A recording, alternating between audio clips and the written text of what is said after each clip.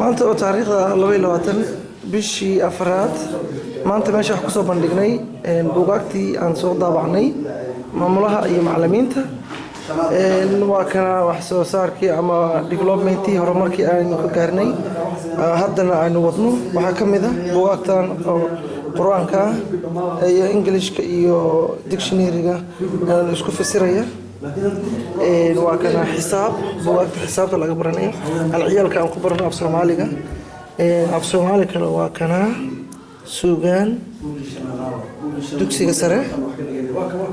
waa kuwan xisaabta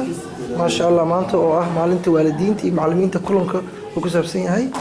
maanta waalidiinta gabigooda badankooda ayagoo ka soo qayb galay xafladda maanta gaarka ah iskuulka xiritaanka teeramka koowaad ما شاء الله dumarkana qolkaas ay ku jiraan qolka labaad ay ku jiraan ما شاء الله wada aragtaan buugaagta buugani waa alifbeetada uu ka kooban yahay waxa lagu baraa ciyaalka dadooda 4 jir ilaa 8 jir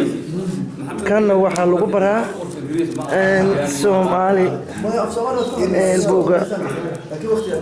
wada aragtaan ما شاء الله buuga aqriska heerka sare waa kana dugsiga sare high school ما شاء الله وكنا بوقت حديثيده عيال كانوا ugu faa'iideyno axad walbo وكنا kala duwan yihiin laba isbuuc ka hor soo dhaafnay ilaa 80 kitaab ayaan ku deeqnay ciyaalka af Soomaali ay soo fasiraya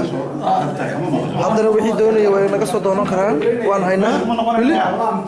ما شاء الله intaanu buugaag oo ka badan 50 buugaag marka insha Allah waa kaygoo Ingiriis aan waan haynaa marka haddaba daawasho wacan shabakada keenay kartaa wixii faahfaahiyo oo dheeraada marka cilmiga bulshadana waa kana buuga ku saabsan Afrika qaaradda waa u jeedaan marka ma sha Allah waa ka faa'iideysan kartaan maadaama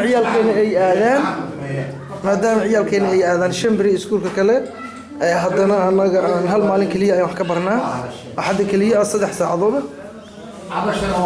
kulli buugaagta quraanka wixii dhan waayna waa master boowe kutubka quraanka kulli wax walba dhaqankii marka maanta waalidiinta waan ka qancinay wax meesha aan ku hayno in wax faa'iido leh ay yihiin marka ma sha Allah daawasho wacan وأنا كلهم ضد إن شاء الله.